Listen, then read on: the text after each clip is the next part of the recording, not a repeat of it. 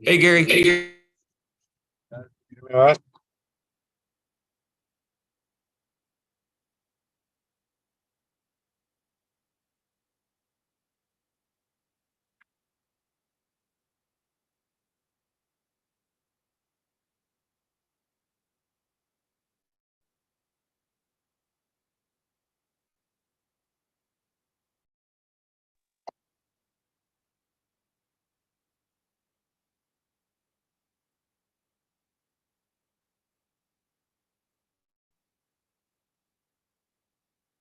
Brought my earbud.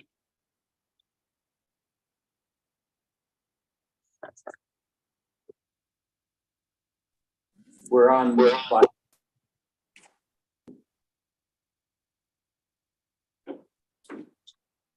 John, can you guys hear me? We got you loud and clear. All right, a little quiet on my end, but I should be able to hear you.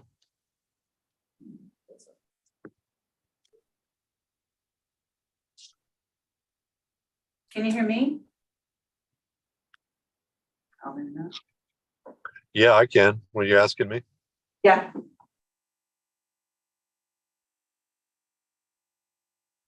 Hello.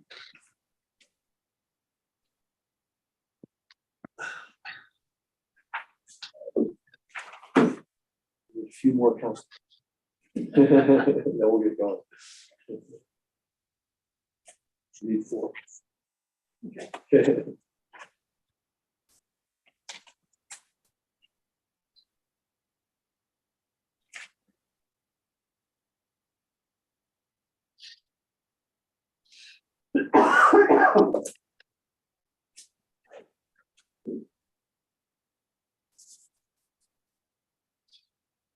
can't. You gotta do this thing. With you.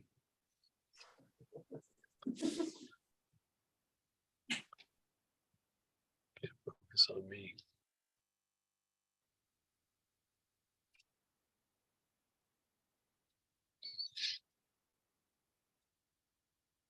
Wonder, I assume you called everybody that had the forms out. I did.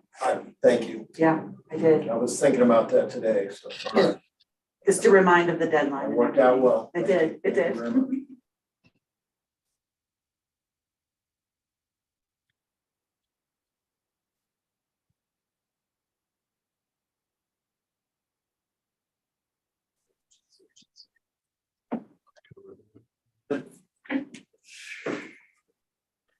Ranger, Ranger. Council members. They are. Sneaking in the back. Coming in with an escort, huh? Yeah. Everyone. How are you? I'm well. Everyone else? Knuckles? Yes, today it's nice.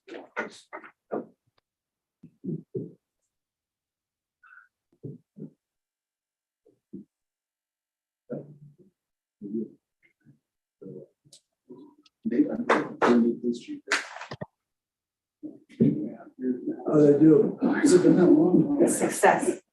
Everyone was successful. Good. Yeah. Mr. Should be made it on time. Huh? Did. Always mistakes. After all this. He did about 4:30, so Oh, really? plenty of time. Plenty of time. Well, Wait a minute. I mean. Starting to make a little nervous. He's like a traitor to his gender. It should be like 4:59. Right. Well, I think he was trying. He said, yeah, that's what he said. I'm gonna wait till 4:59. No, it's a bad idea. Yes. Thank you. I'll take that. Gary, we're waiting for one more council member and then we'll get going. Roger that.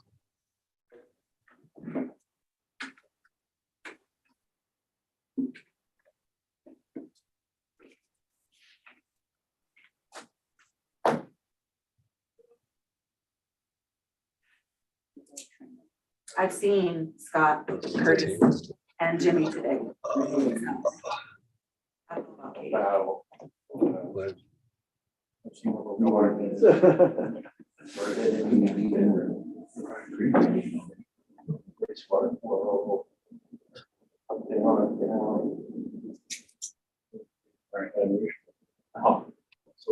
But we were listening to this and something. Every day we go.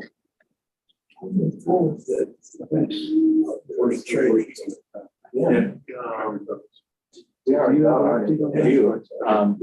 We're gonna try to schedule a day to go see it. And so I'm getting an invoice from them, but if you'd like to come see it, it's actually really, really cool. We're just.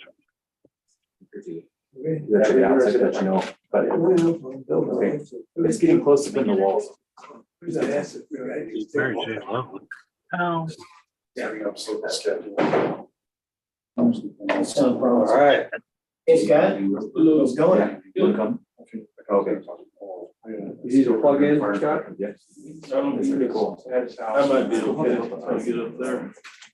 There's only, as far as I know, there's only a couple of those. I think the one swamp too, or the original one right here.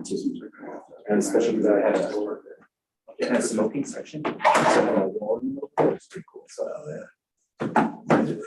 I'm excited about it. I think it's gonna be really cool. Well, hello, I would like to welcome everybody to the City of Idaho Springs work session for August 28th, 2023. We only have 3 things on the agenda. And we're going to start out with the Virginia Canyon Mountain Bike Park construction phase 2. Jonathan, I assume you're going to kick that one off? Yeah, I'll kick it off and then I'll hand it to Gary. Council, as you know, we have been working, we had an RFP out for this summer to build phase 2 of the trails at Virginia Canyon Mountain Park. This project is funded through a number of different sources. As you know, earlier this year, we got money from Trek Foundation for the trails. We also have GOCO, the GOCO Community Impact Fund to phase this phase 2 of the project. We built the RFP. One note that's important about this is we built it with the idea that we would be getting an advance from the Argo team somewhere towards the end of the summer. And so basically what we've done is create an ad alternate that covers the phase 3 construction, which will complete the project. Because that way we can move forward with the contractor, whatever contractor is selected for the project, they can just continue to work as we get that money. And then mobilization costs will be a little bit less and they'll be already up on the mountain, all that kind of thing. So that's kind of what we have in front of you. The first phase of this trail involves the construction of about 5.5 miles of trail and the features on the trail that will be built. That's what we call the blue downhill trail, essentially on the west end of the park. The second trail is the buttermilk loop that's on there, and that's a climbing trail. It's just kind of a loop that goes around the west edge of the park. In that phase 3 scope is what we call our black downhill trail, and that's the one that goes down the east side. We've worked it pretty extensively with CPW on that trail as well. That's the one where there's concerns about the bighorn sheep extreme winter habitat, but we have avoided that throughout that area. And that would be built when that $400,000 advance from the Argo becomes available. This RFP received a couple of different proposals, one from Flowride McGill, who was the builder of the first trails that we built last year. Single Track was the second bidder, and Riser Trails was the third. We did an evaluation with Comba staff on August 23rd. We went through the trail system and our recommendations that we move forward with Flowride McGill. They are not the cheapest of the contractors that came in. They were right in the middle, but there's a couple of things about their proposal that staff thinks is really good. First, they're very familiar with the geography of the area. And we think that their staffing, Comba especially thought that their staffing levels and machinery they're bringing to the project were the best. They kind of understood the constraints of where they'd be working in the geology the best. And so we think that their cost is the most accurate based on the information that they have from building those trails last year. So ultimately, that's our staff recommendation. I think I'll let Gary kind of take it and kind of maybe talk about more specifics if you'd like. But that is our staff recommendation that we move forward with Flowride McGill. Gary, do you have thanks, Sean. You guys hear me okay? Yes. Yeah, I don't really have a lot to add to your staff report. I think that it's pretty well outlined in there. We have a history of working with both Flowride McGill individually. We've not worked with them on the same project, but we have built trails with both of those companies here locally in the last couple of years, and we have worked with Single Tracks a little bit before that. So we have some familiarity with those two groups Riser is a new group that we have not had any experience with, but we have a very good working relationship with both Flowride and McGill. We think highly of their design and their build work, and they staff themselves well. To John's point there with the staff report, you know, our concern is that Single Tracks is more likely to come back and want additional funding, whereas we know with working with Flowride that they're going to be willing to meet our budgetary constraints and, you know, make some adjustments as needed to actually bring their bid down, which is something that we'll be talking with them about potentially during the contracting period if they're selected. So, you know, I don't think that there's a whole lot more that needs to be added to what we laid out in the staff report. If you have questions about any of those groups or additional questions about why we feel like Flowride and McGill are the team to go with, I'm happy to answer those. All right, council, any questions?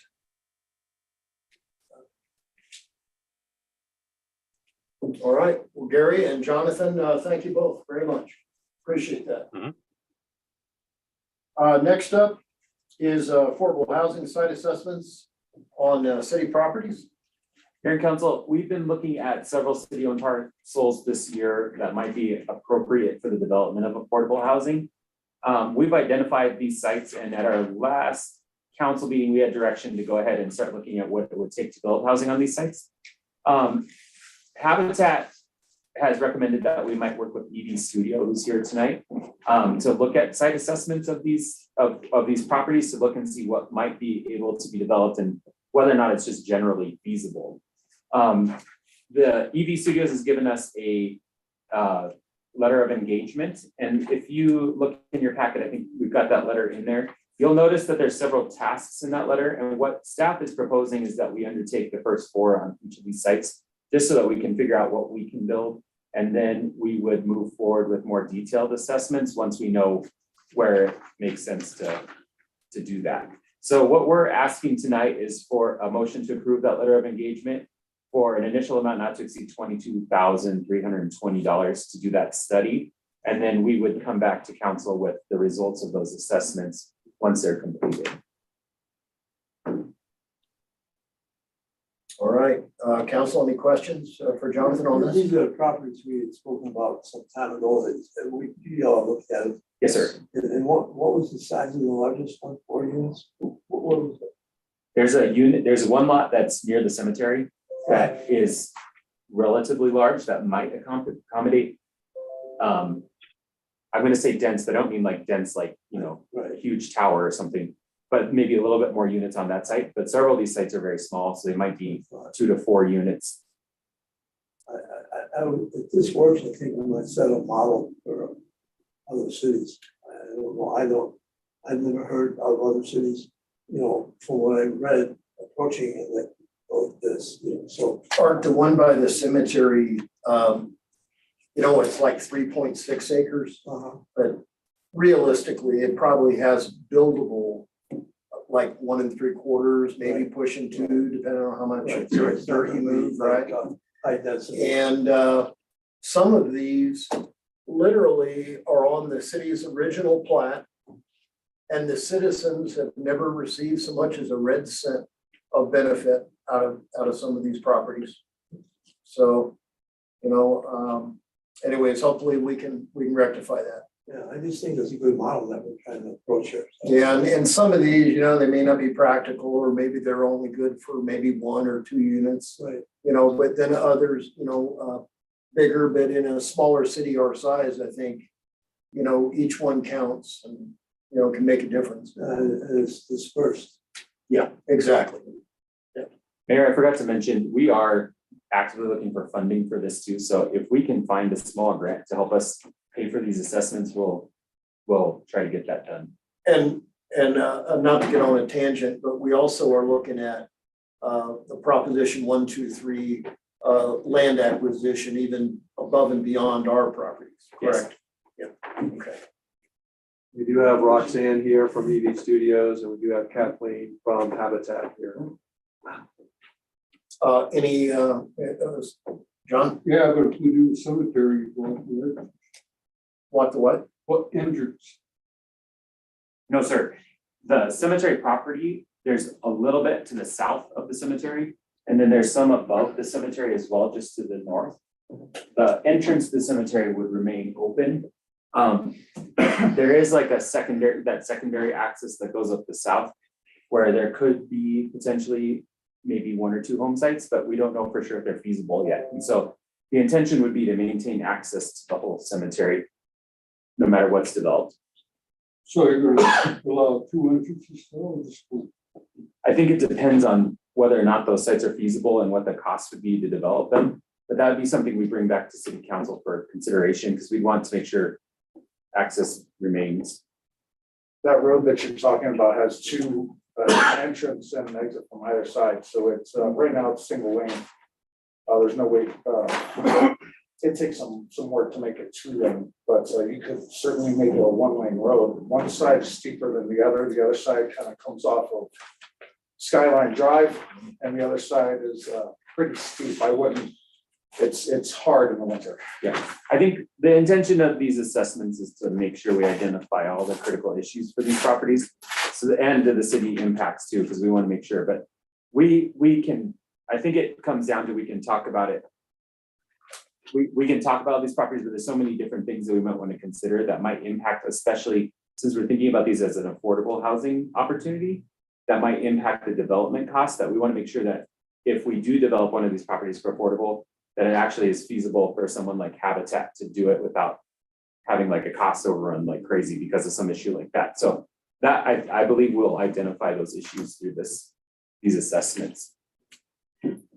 Scott? If this study comes back and some of these properties do have development potential, have we got a plan of how we would approach that yet? Or is that something that's just going to be discussed in the future? We've been working with Habitat on this project, and I think one of the intentions would be to continue to do that. They've been a good partner to the city for several years. But if a site is developable and for whatever reason Habitat can't, one thing that a lot of cities do is they will send out an RFP similar to what we did for the trails, except for an affordable housing developer. And that's a way they help control the development and make sure that it A, remains affordable, and B, meets the goals of the city. So that is one tack we could take. We could also sell the property, but that doesn't make it, it takes away some of our control. So I think what we would probably do is first work with Habitat, because they've been good partners on this project. And then if that doesn't work, we try to find a way to keep it affordable. There's been some, there's probably always going to be an opportunity to do that. So there's a lot of different structures for this. And we've talked about some of them, like you can do a land trust and do development on that, where you can still capitalize the development, and you can do a LIHTC project or something like that. But it depends on how big you're building and who the developer is. But I think our intention would be to continue working with Habitat. Well, I mean, I don't think the intention of the city right now is to make money on these pieces of property. That's not our intention. Our intention is to try to find affordable housing for some of the residents. Yeah, it's a crisis. I just wonder, we'd be like co-partnering in a way, I guess, because we have the land, they're the developer. Yeah, and then we we just could, want to meet the needs of needy council citizens in need. council decided last week to opt into that proposition 123 the mayor was just talking about. That makes available about $300 million annually for this. So we could also work with whoever, with Habitat or whomever, to access additional funding for that too, to make the capital stack work for the project. So these lots are pretty small, you know, tiny houses. We have minimum home requirements in the code right now. Right. One of the things that the state is trying to do is change some of those requirements. And I think one of the things we're doing with the IHOP grant, which is that Housing Opportunities Planning grant that we got, is looking at things that could facilitate the development of affordable housing. I think one of the concerns that we've talked about at the city, and we've talked about with the consultants, is that we want to maintain quality housing. We don't want to just build any old thing. So I think that what we could do is look at our minimum size requirements for some kinds of units in some zoning code or some zoning areas, just depending on what planning commission and council ultimately find appropriate. But that's something that's happening with the IHOP grant right now, and you'll hear more about the IHOP grant probably in October. There'll be an update. And they'll be going to planning commission to discuss potential zoning code updates that could facilitate affordable housing in the way that you're talking about. So I think that's a conversation we need to dive into about whether or not we want to change our minimum size standards. And John, I think HUD, last I heard, had a minimum of 400 square feet unless you had some kind of special waiver, you know, some And the ADU could be like, special design, but it might be like a unit with an ADU, because you can have like a 250 square foot ADU. So that could maybe be another alternative. but isn't that one without a kitchen? What about containers? Those are not currently allowed by code either, but we could look at that. There's probably this is an aside, but one of the things that we do need to think about and look at is our mobile home policy in the city. We have some of the oldest mobile homes around, and I think that our policy is that if you have a single, basically what it boils down to is you have a single wide mobile home, it's not legal in the city. You can have an old one, but you can't replace it. You can have a double, and you can have one that's on a foundation, there's some reasons for that, because it makes it easier to finance that and it makes it easier to safer. But then isn't that more manufactured home style though? Correct. Not, yeah, okay, Like a modular deal. exactly. And so we could look at that and see if, because container homes, I think, would fall kind of under that same rule. But I think if you have like what a lot of cities say is if you have concrete foundation and you have like rural utilities, then it's something that could be considered, and we could look at that. Yeah, because that's a really popular thing, is, Yeah. you know, containers that, you know, they'll put four of them together or whatever, up, down, sideways, 20 or 40 foot. Yeah. I just would like to question that if we, we start talking about changing codes, that we just don't change codes on a wholesale situation where it opens up the whole city to something we wouldn't want to develop. That will come to planning commission and city council, and I agree with you. One of the things that Idaho Springs has been a firm supporter of is local control in planning and zoning. Right. And as you remember, like the state last year tried to assert our local control to just say we had to do whatever we want. Right. So one of the things we're trying to do is show, hey, we've been at the tip of the spear on this housing crisis for years now, and local government has provided more affordable housing than anybody else in the state. And we want to show that we're working in good faith on those efforts so that we maintain our local control. And so what we're trying to do with the IHOP is look at, there's 12 strategies that are listed in the state bill that you can use to facilitate affordable housing. And we're trying to say, hey, we're doing these things already, but we're doing it our way. And so like, for instance, in Silver Plume, one of the things they're doing is they want to do like home renovations so people can age in place in the homes they have. And that's what they're doing that kind of meets these goals. And we can have things like accessory dwelling units, like maybe in other zone codes, or in our C1 district, for instance, you're not allowed to have a residential type unit. And that's something we could look at, but that would ultimately go to planning commission and council, and that's how the approval would happen. So I think that's what I'm trying to say is we want things to stay contextually Idaho Springs without, we don't want to just adopt any code, like you said. And as far as the state, I read just the other day with one mayor that was for it, the rest of the mayors. I think that was Boulder. Of course. Pretty sure. no else. Art said it. And John, am I right that we'll be providing council with an update on the IHOP activities here probably the next month or so, am I right? And I believe in October. October? Okay. Council, John? So all the projects you got going, you're using around the time to do this? Yes. Okay. Yeah, that's a good. Housing is really important, and I think this is something that we'll put that. But you got so much Yeah. other stuff on your plate. The ED studio is gonna do the assessments too, so what our staff role will be is, once those assessments are done, to do initial analysis and bring those back to city council for review, which is probably not a minimal task, but it's not gonna be an extensive task, it's only a few hours of time, and then we'll also be working with the consultant to make sure that the assessments go the right way. So I think ultimately this project is not going to be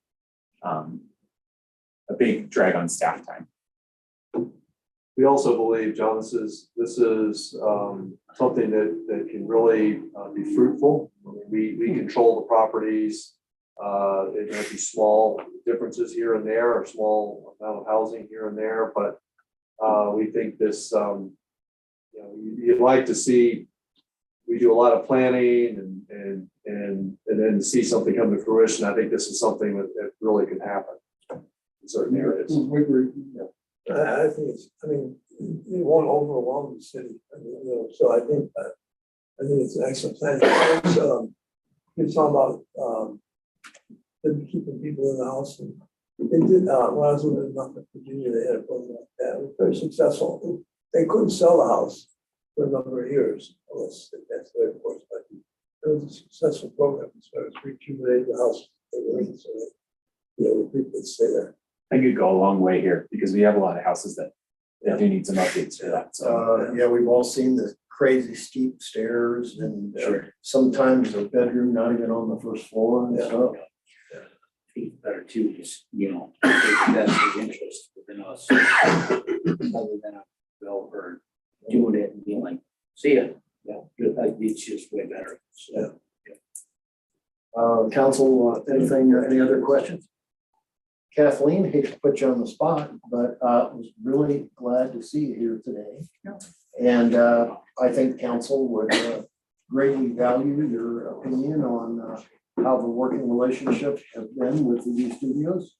Your experience there? Oh, yeah, so EV Studios is the primary firm that we use for any planning projects. They've looked at several of them recently for us. They've just done a 14-unit one in Idaho, in Evergreen for us, and just are working on a 9-unit one in Evergreen. And they've always come through and told us exactly what we can and can't do. The proposals are right on as far as cost. There's never been any issues with that. We have also used them for design. So when we have a one-off house, we have one of their designs that we use when they're not next to each other, right? That really works well for the homeowners, and our volunteers love to build it. And it's just a great house. It's a great little house. So we've been really pleased with them. We've used them since they started back in Evergreen. So.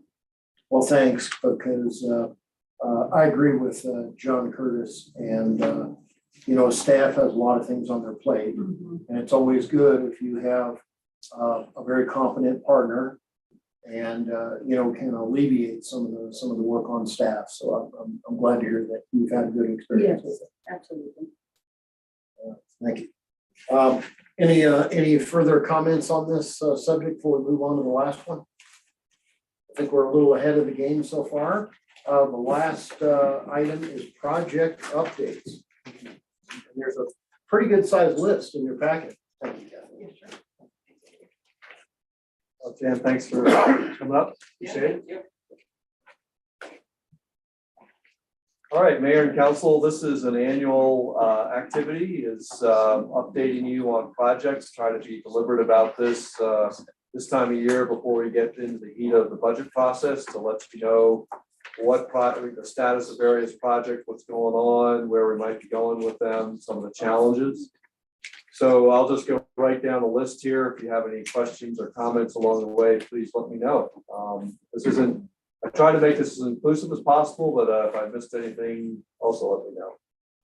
We have some big projects we're working on right now. And costs, as you know, are high. So I can't say to you right now, we have the plan for how we're going to fund all these projects.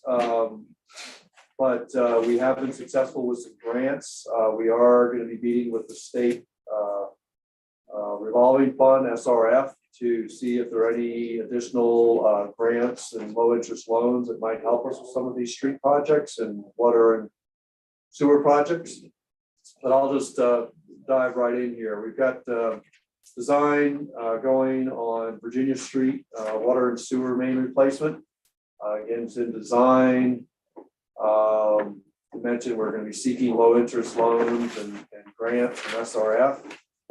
We'd like to start construction in 24, 25. We have applied for a $1 million DOLA grant, and we'll be notified of the hearing for that. And the mayor makes that presentation, and we'll see if we can be successful with that. It'll certainly help with that project, but that's probably, current estimates are, could be, you know, $7, $8, $9, $10 million project for several blocks of street.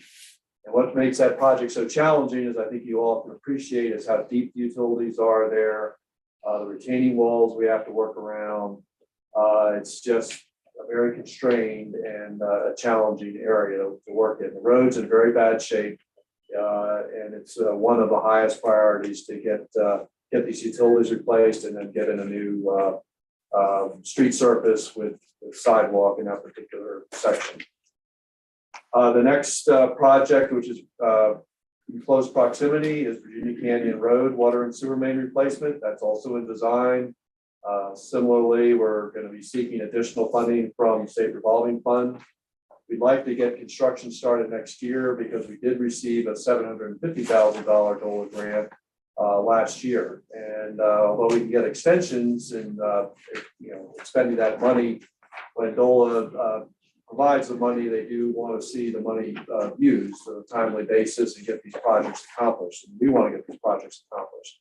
Again, we'll be working with the mayor and with the state to see if we can put together a funding package that makes sense for the city. And of course, we'll bring it back to council on what we're thinking. But again, this is probably pushing a $10 million project just for that short segment of Virginia Canyon from the city limit to the north down to Virginia Street. So very expensive project. It's a very narrow road, steep.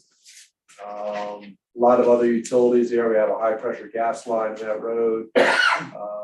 The power poles, if we start digging in the street, they're going to have to be supported. So access is going to be challenging during that construction. So it's not, none of these projects are easy. The next project is, and again, we'd like to run those two projects concurrently, but successively, actually, I meant to say one after another if possible. Like to get started on Virginia Canyon because we're farther along in design. That's the older grant. Get going with that project. And then if we're fortunate to be able to move right into Virginia Street, that would be ideal for mobilization, save mobilization costs. But again, we'll be back to council with exactly what the plan is for this. Worst case scenarios, we have to do these projects in phases. We really would like to avoid doing that because that just drives costs up and just extends the length of the project. So what we'd rather do is see if we can put together a funding package that makes sense for the city to get these projects done in a couple of years. What are these? Didn't we have a grant for that project? We do, but we need a lot more. Oh, okay. What? I'm sorry. Yeah, we need a lot more. Go out, yeah. Yeah, I mean, the grant certainly helps, and but we're going to need. There's a big funding gap on these two projects. For sure. Oh, I see. Okay, I'm sorry. Part of these projects $1 million grant received already. bringing these roads up to snuff, upgrading the roads, that's a big part of these, right? It is really what's the driving force is the utilities. Not just just the sewer and water, we're upgrading, I mean, everything will be upgraded. What right? we do in all of our projects is we do consult with the other utilities and make sure that there's not a need to replace gas lines or buried electric and that sort of thing. In Virginia Canyon, and I see you, Paul. In Virginia Canyon, we have a high pressure transmission line in there. That does not need to be replaced. And then there's also a gas service line that goes through there. So those are in decent shape, from what we hear from Excel. In Virginia Street, that gas line, we have met with Excel, and Paul was waving at me. That gas line does need to be replaced. Excel would like to get that replaced. We're coordinating with them to get the gas line replaced, the service line in Virginia Street, in coordination with our project. Is that bill on them or on city? That's on Excel. We just want to make sure it's They coordinated. maintain their own utility. Correct. Paul, do you have something you want to add on? So just to add on to that, and you'd already covered it, so. Okay. But yeah, through Colorado Boulevard phases 2 and 3, when we did that, the Excel replaced all their gas services and gas mains through Colorado Boulevard, and that was all on their dime. They All the way took, to the houses, right? I mean, they took advantage of the construction to get that line replaced because it saved them money in the end and not having to replace asphalt, not having to do road closures, things of that nature. So it was opportune for them. well, Andy, you mentioned, so we gotta, let's just say for Virginia Canyon. You know, $750,000 grant, right, but a $10 million project, right? It could be upwards, and it's, they give us a range. Oh, yeah, of course, yeah, not to hold you to a number, but on, let's say the Chicago Creek, the main replacement, we've got $1 million grant for that, what do you project or call That 5 million. 5 million? 5 million. Wow, We're talking big numbers, no kidding, talking big numbers. wow. Huh, yeah. But we Okay. do, what the nice thing about these grants is that it helps us leverage additional funding. So sure, like when we go to the state revolving fund, it helps us provide match. We've got some of our own funding that we can put towards it. So we're just trying to put together the funding package. And this is an older grant that we received A from couple of years ago, the $750,000. quite a bit of time back. I just somehow or another, I remember that. Yep. The water main grant that we had received, so, okay. And then we have the other big utility project we have coming is, or in the plans is Chicago Creek Water Main. This is our main supply line for water treatment plant about 4 miles down 103 to the city. Very important to our water utility. And again, we're going to be seeking additional funding from state revolving fund. We've submitted an application to them. We just have to get that meeting scheduled. And we have just received a $1 million grant for that project. So that's big on that project because this is a relatively lower cost project. And so now, again, this is a project we'd like to get going next year for sure. So, so those are, yes, sir. So we can get it on the ballot this year? Highway 103 project, get the money? We don't need to put it on the ballot. Wouldn't have to be. Oh, I was understanding that it's no longer. We would if it involves a loan. You are correct, John. Okay, You are so we're not correct. It's a getting a loan. loan, If it's a okay. grant, we wouldn't have to. Okay. If it's a loan, we would, yes. So you're absolutely right. So we may be looking at next fall, depending upon what we come up with for a ballot measure. Thank you for clarifying that. Yep. And that's because of the 1% sales tax we got, which gives us more funding, which is a good thing for our water enterprise. But that also means we would have to go to the voters if we're going for any debt funding. Right. So that 1 cent sales tax is bringing in about an extra 950,000, so just about $1 million Annually. annually. Yeah. And we can use that out of that fund for that Yes. project and or the wastewater facility, whatever. Yes. And anything having to do with our water and sewer utilities. Okay, cool. I didn't know if there was a specific spot that needed to go into and come out of that, all the same, so. But we're still Okay. gonna keep the rate increases on the water bills. as minimum. Yeah, So yeah, you know, that's the point, Art, right? I think that the projections Yeah, were really not even inflationary. I mean, I think we can all be pretty happy that the voters approved that 1 cent, but it's gonna make a huge difference. But So more to come on how all of this gets funded and you're right, John, some of it may involve, what I'm hoping is that the state revolving fund will have a package of grants and low interest loans. When I say low interest, I mean really low, like we got for the wastewater treatment plant. And but they treat it as, you know, it's a loan, so it would be incurring debt. So even though it's very low interest, we still have to go to the voters for that. Okay. But I think it would be money well spent, as long as it's something that we can afford that debt service. Thank you. Matty Dam restoration, we're in final design. The Matty Dam is the dam that's right above our water treatment facility. And it's in bad shape, it's leaking and needs to be restored. So we are seeking a grant from the Colorado Water Conservation Board. And to help pay for part of that, we did just speak with them about the pre-application on that. So that's about a $500,000 project, $500,000 to $600,000 project. So we are hoping to get that going within the year. Montane Park water storage tank replacement. This is another high priority. It's in design. One of the tricky things here, and I think we have met with council about this or mentioned to council, is that we are going to need to select a new location for that tank. Right now it's on private property, right up against a single family home. And if we're going to replace this tank, we need to find in that vicinity a better location for it. So we'll be coming back to council with an update on our site selection process or our preferred location up there. And then once that's done, we need to then get this project built.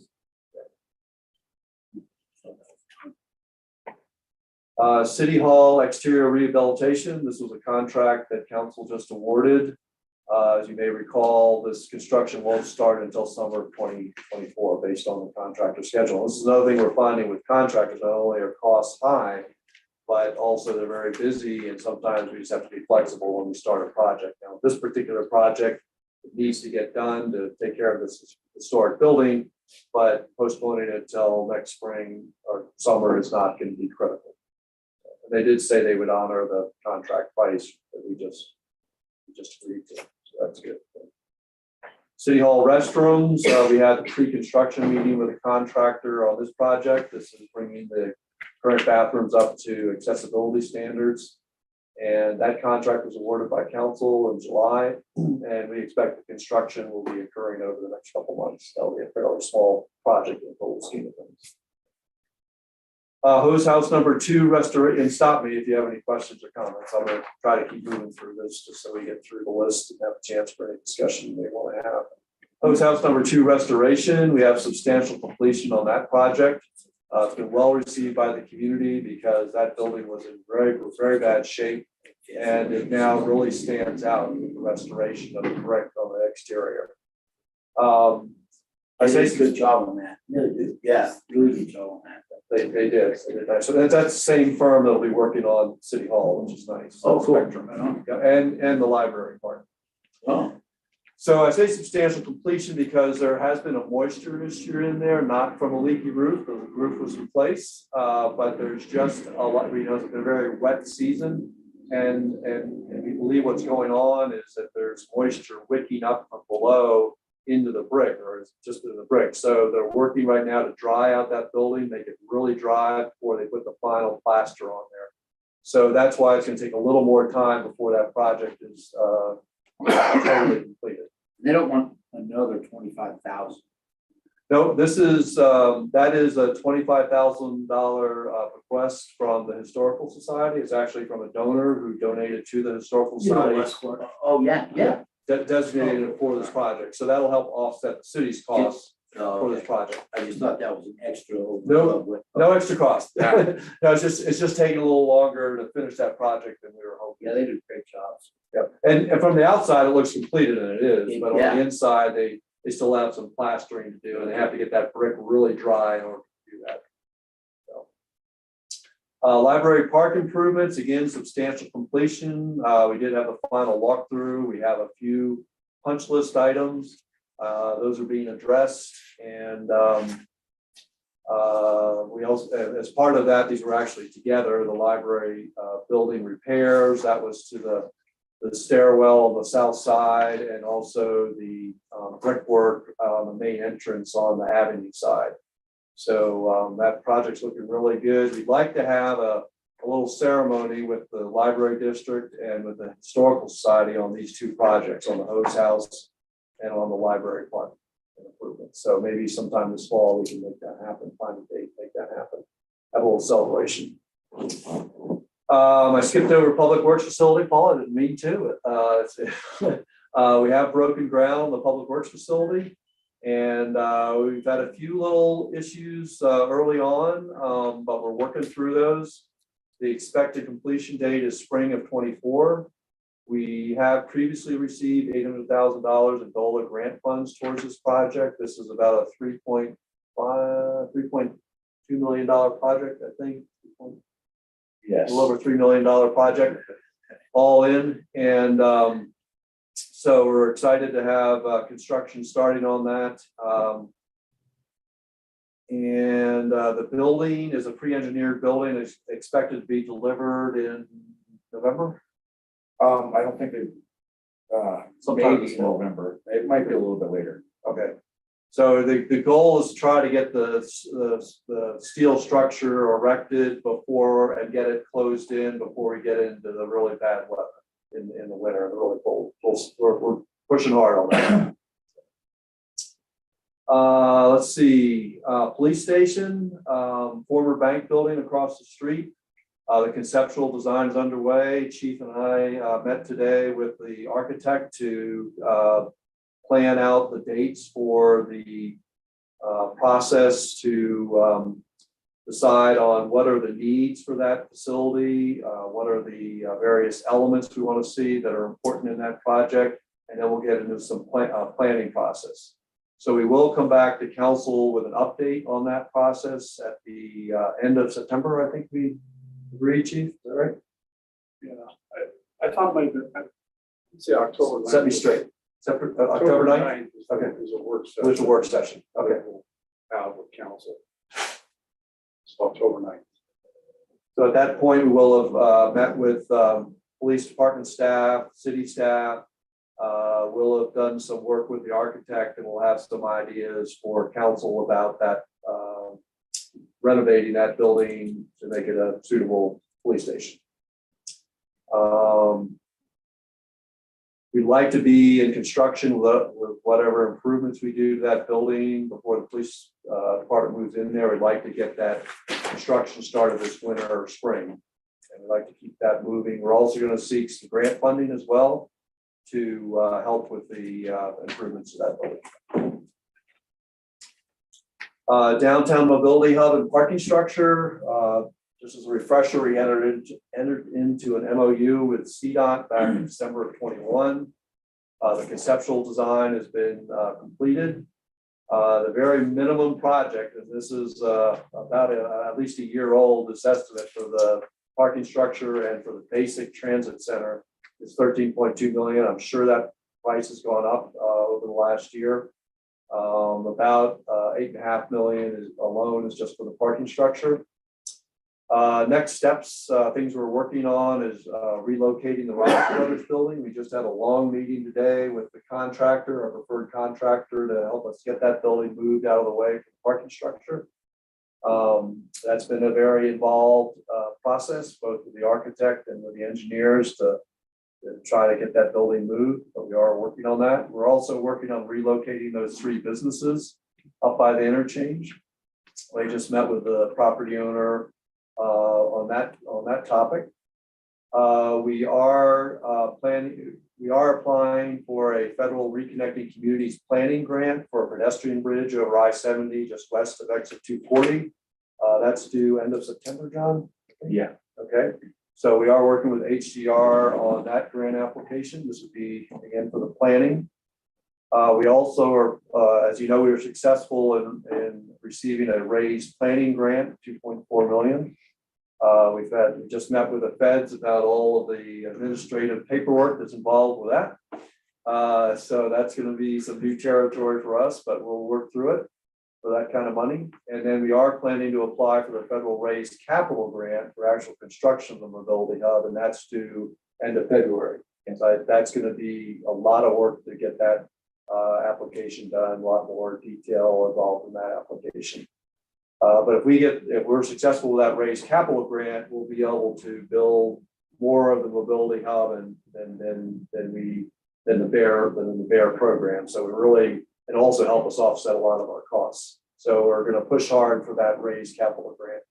And having received a planning grant is very encouraging because, you know, when you receive a planning grant, if you design and engineer the project well, you're in a good position to receive some capital funding as well for the project. I also just want to inject CDOT's grant writer, who is experienced in successfully getting raised grants, is helping us. Because frankly, I don't even think we would have taken this on if we weren't getting some help. So our plan still is to complete design and engineering for the parking structure mobility hub next year and then begin construction in 25. Now, certainly there could be some slippage on that, but we're really trying to continue to push to keep to that type of schedule. We have received a $2.4 million raised planning grant, as I mentioned. We have $6.9 million committed from CDOT, and the city earlier council approved up to $6.7 million through our parking enterprise fund for the issuance of bonds. That would be the city's share of it. Downtown Minor Street reconstruction project, the design and engineering is underway for that. One of the nice things about the RAISE planning grant and RAISE capital grant is that we are able, as I mentioned, we're able to make it a bigger project to include rebuilding Minor Street. And that would include replacing the utility service lines that in the street and rebuilding the street and the lighting for the next 20, 30, 40 years. So if we are successful to raise capital grant, it does include improvements to Minor Street downtown and our existing parking lots. So that's one of the big advantages of getting this federal money is it'll really cover a lot more of what we need to do downtown in the way of improvements. Let's see, Virginia Canyon Mountain Park, that's on the agenda tonight. We are desiring to move into phase 2 if council approves the contract tonight. And we've been successful with grants for that project, mostly paid for by grants. The second phase will be paid by almost $360,000 grant from Greater Outdoors Colorado, and also the $250,000 award from Trek. And then when we get the $400,000 advance from Argo, we will put that towards phase 3. But we did write the RFP, as John mentioned. So we're going to move forward on phase 2 under this RFP. When we get the $400,000 advance, we'll move into phase 3 with the current contractor if all's going well. So that will save some time. So I will, in fact, if they're, No, when we get that. I know, but. And that's if to- That they were like 6 days away from the approval for their loans. Yes. That occurred. We have not seen the money yet, but we still hear they're on track to provide the advance here. This is pretty positive. Yep.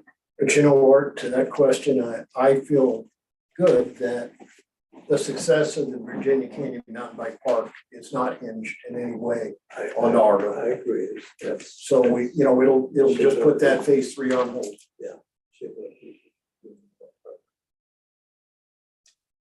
Okay, on the next, let's see, now we're talking about the Clear Creek Greenway. As you know, the Greenway has been, this isn't a city project, it's a CDOT project, but it's in our city and it really impacts us. The Clear Creek Greenway segment from the roundabout to the I-70 underpass there by the RV storage facility, that is substantially complete. And then the Clear Creek Greenway from the RV storage down to the game check station, that's substantially completed. They are paving the road, doing the final work on the road there. So that's supposed to be all done. Those are both CDOT projects by this fall.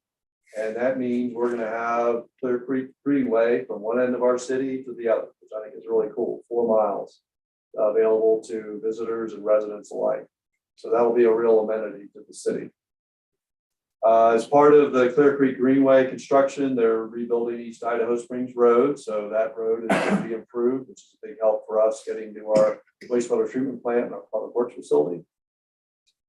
And we're almost out of time. I'll just touch on a couple other items. We already had a question this evening about the train restoration project. We did get an update from them on that restoration of the coach, which is up at Silver Plume.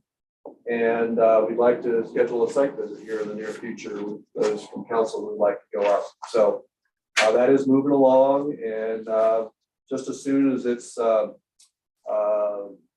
the point where it's restored enough that it's enclosed and sealed from the weather, we'd like to get it back down here and maybe finish the rest of the interior work down here. Right now. Yeah, we have to have a cover over it to move it back, just so it doesn't happen again, so the state will know.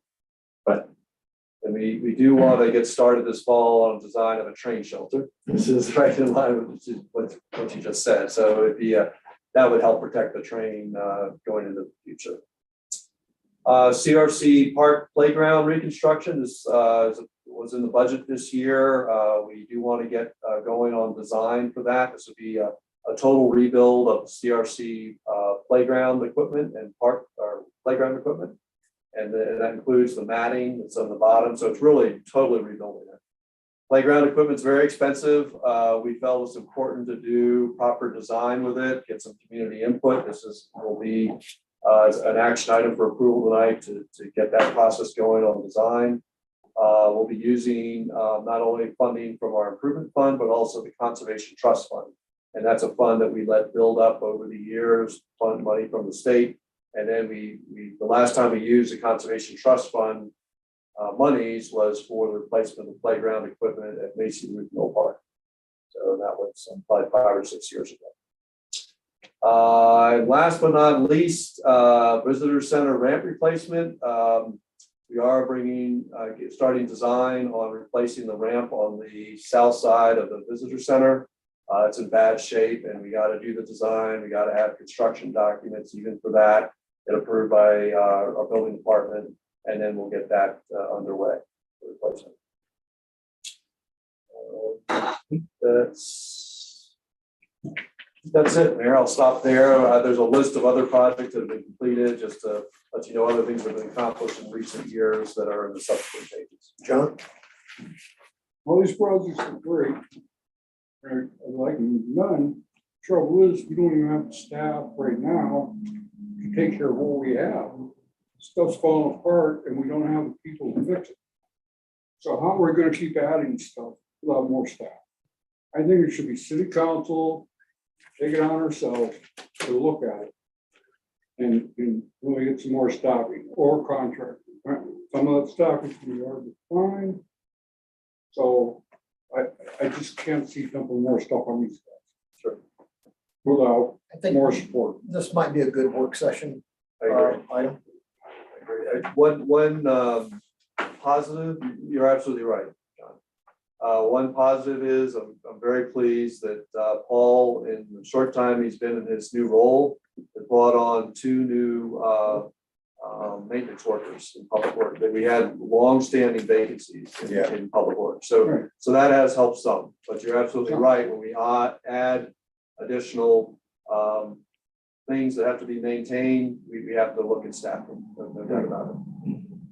And also, I mentioned Ed, since he's been on board, I believe you've also brought on and filled one of the operator positions that was vacant for a period of time. So fortunately, some of our frontline staff, we have been able to fill some long-standing vacancies, and that's encouraging.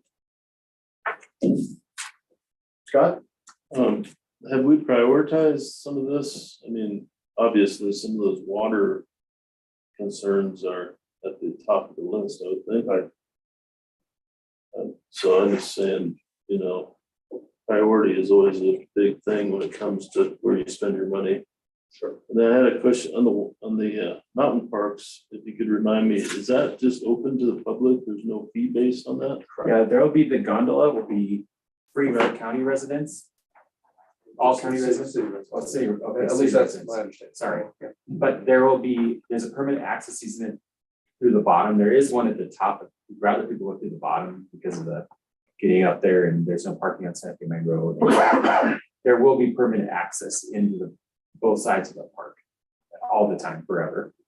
And we have like an easement. So basically right now, the trail left the tailings pile where they typically drive, that for all intents and purposes is a public trail that gets up into Rose Gulch. And then that access will always be maintained as free. I mean, I can see that there's a very popular thing and we get overrun with a few. The high demand Yeah, on that trail. the trails are gonna be pretty popular, we think, and especially with the gondola access, the mountain bike people there's gonna be those that really like that. And then I think one of the things in the FTP for the Argo that is a consideration that works in our favor is that they are required to do a traffic study once they've been in operation for 1 year. And depending on what that finds based on the traffic to the trail system, we could require them to put in a turn lane there and some improvements to 23rd Street Bridge. So I think that the FTP kind of anticipated that happening. We also have dedicated parking just for the camp at Argo, which is helpful because they're going to be putting in their parking deck eventually, which will probably have paid parking, but there'll always be free access for residents there. So I think ultimately it's going to be something to carefully manage, but right now it's actually been pretty popular. We've had more use on the trails than we anticipated, but it's been good because they've been packed in and they're pretty good shape right now. So we're going to have to manage trail usage and make sure that things are working. And also the other thing is CPW requested that we be able to shut the trails down if they need it for the bighorn sheep and everything up there. So there's probably going to be times of the year after this gets really rolling and there's people up there all the time where they request us, I would guess, to shut it down like in the February, early March kind of lambing period that they have. But we have the ability to shut the trails down if we need to, and we can, we got to work with Public Works to make that happen. But one other thing that kind of goes to VCamp here is we just got a grant to do bear-proof trash cans throughout the city. So we got $50,000 to put bear-proof trash cans in our parks in downtown. So I think that's another thing that we just got to be watching is trash and dogs and all that kind of stuff. So when you say we manage them, assuming you mean we, the city, right? Yeah, and So my concerns, like John, is staffing of how we manage it. It could require some one cool thing is time. we do get the $400,000 advance for the Argo, but that's a 50 cent per ticket fee that we get from the city that goes to parks. So that could fund full-time staff potentially that could do that work once it's required. The other thing that's really cool about the Flow Ride McGill guys is that they build sustainable trails. And what that means is they'll armor it with rock and they build them in such a way that erosion isn't such a factor. If you look at it on the trail, I don't know if you've been up the trail this summer, but you can see the edge of that trail is all grown in, and that was really helpful. We had that water, but they build the trails in such a way that it stabilizes the erosion factor. So we shouldn't have a great deal of maintenance in VCAP. They're not anticipating in the first 2 or 3 years. And then we're going to have to look at wood and things like that. But hopefully by that time, if it's profitable, we've got that 50 cent per fee or per ticket coming in. And if it's not, maybe we have a little bit less usage where they're not impacted so heavily. So I'm just also wondering about the amount of people that might use it and how we manage the parking and the people that are using that trail. they'll be putting that parking structure in, and that's going to help a lot because they're going to funnel the traffic to the trails, like kind of like we're doing with downtown. So I think that's going to be a helpful thing. And we're designing our infrastructure to keep people out of places they're not supposed to go. That's one of the things we're trying to do with the mobility hub project is keep tourists going the right direction. So I think it's just something that we have a constrained area and we just got to keep working on it. All right, Just briefly, you said they had to do a traffic study in a year. I just read some silly numbers a few weeks ago, relying on their 500 to 700,000 visitors, and I divided, I figured 3 people to a car.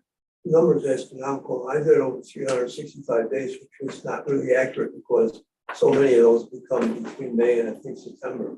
So the traffic study is going to be very revealing if those numbers come up, because the cars that I calculated based on the 3 astronomical, in my opinion, for our town. But